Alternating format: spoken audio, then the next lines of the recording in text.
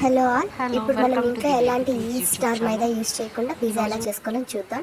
ముందుగా ఒక బౌల్లో 1.5 కప్ గోధుమ పిండి, 1 spoon salt and 1 spoon sugar వేసుకోవాలి. ఇక్కడ చూపిస్తున్నట్లుగా అన్నీ ఈ సేమ్ క్వాంటిటీస్లో వేసుకోవాలి. ఇప్పుడు షుగర్ వేసుకుంటున్నాను. షుగర్ తర్వాత 1 స్పూన్ బేకింగ్ పౌడర్ అండ్ అలాగే 1 స్పూన్ బేకింగ్ సోడా, రెండు 1 స్పూన్ వేసుకోవాలి.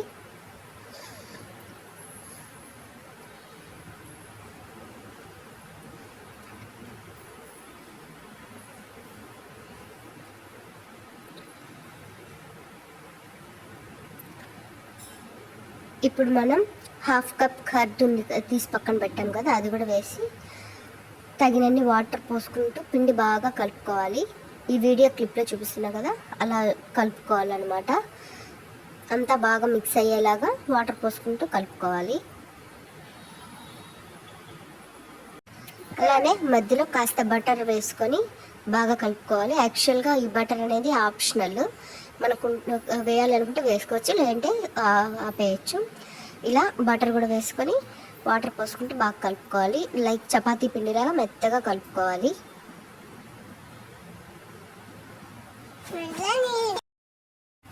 ఇప్పుడు బాగా ముద్దగా అయిన తర్వాత లాస్ట్లో కాస్త ఆయిల్ వేసుకొని పిండి పైన బాగా కలుపుకొని ఒకసారి కలిపి పక్కన పెట్టేసుకోవాలి. ఒక 10 మినిట్స్ అలాగే వదిలేయాలండి.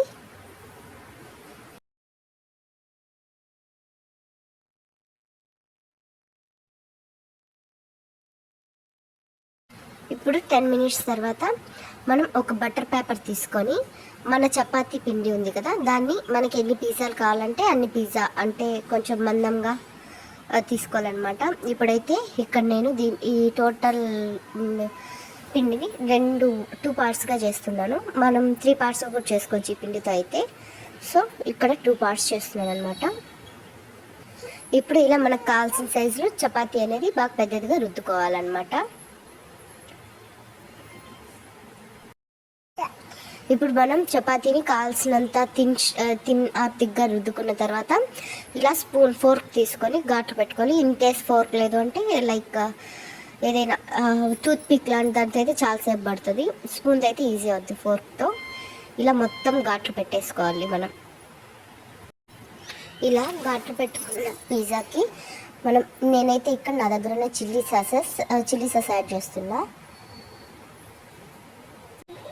Chilli sauce and 1 spoon mayonnaise అనేది మొత్తం చపాతీ మీద అప్లై చేసుకోవాలన్నమాట.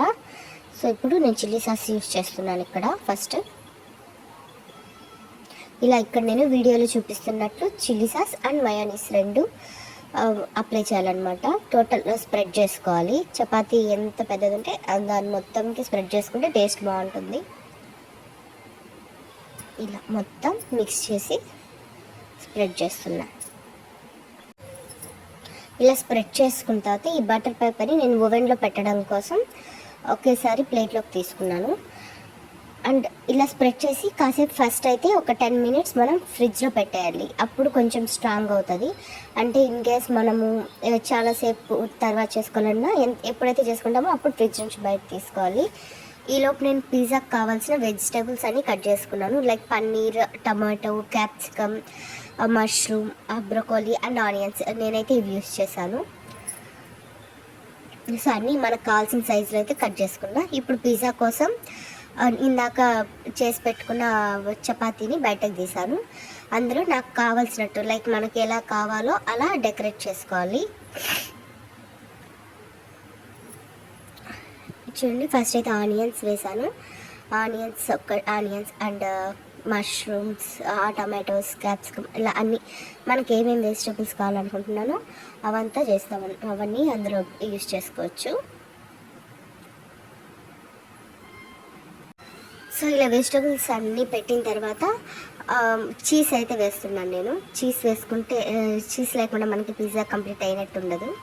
సో నేనైతే చీజ్ స్ప్రింకిల్ చేశాను అక్కడక్కడ, మరీ ఎక్కువ కాదు, ఓకే నార్మల్గా వేసాను.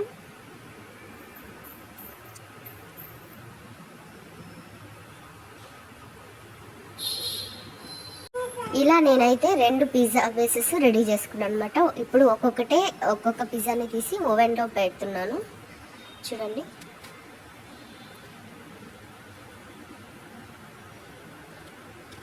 సో ఇలా మనం ఓవెన్లో పెట్టేసుకోవాలి. ఒక 20 మినిట్స్ బేక్ చేయాల్సి వస్తుంది అంతే. 20 మినిట్స్ బేక్ చేయగానే పిజ్జా అనేది రెడీ అవుతుంది. ఇక్కడ నేను ఫస్ట్ పెట్టేసి నెక్స్ట్ సెకండ్ ఇది రెడీ చేశాను. సో ఫస్ట్ దానికి నేనైతే మ్యాక్రోని అనేది యూజ్ చేయలేదు. ఇప్పుడు నేను ఇక్కడ ఇందులో వేసి చూడండి, ఇలా చిల్లీ ఫ్లేక్స్, మ్యాక్రోని ఇలాంటివి కూడా స్ప్రింకిల్ చేసుకోవచ్చు. ఇది వేరే ఫ్లేవర్ లాగా ఉంటుంది.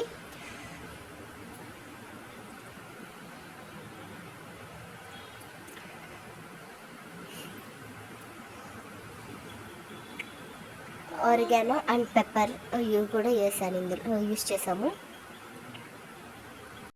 సో ఫైనల్గా ఈ సెకండ్ పిజ్జా పైన కూడా చీజ్ అయితే యాడ్ చేశాను అనమాట. ఫుల్గా నాకు కావాల్సినంత చీజ్ అయితే యాడ్ చేసుకున్నా. ఆ తర్వాత దీన్ని కూడా నేను మైక్రో ఓవెన్లో ప్లేస్ చేసేసాను.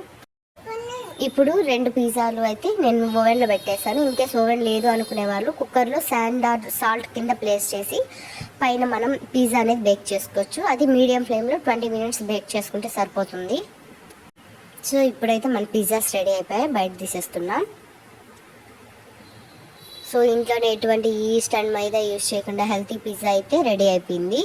మనం ఈ బటర్ పేపర్ రిమూవ్ చేసేసి ప్లేట్లో సర్వ్ చేసుకొని తినచ్చు. ఇంకా మనకు కావాల్సిన షేప్స్లో కట్ చేసుకొని సర్వ్ చేసుకోవచ్చు. సో ఇంట్లోనే యమ్మీ పిజ్జా అయితే రెడీ అయిపోయింది. మీకు కనుక ఈ వీడియో నచ్చినట్లయితే please like, share and subscribe our channel.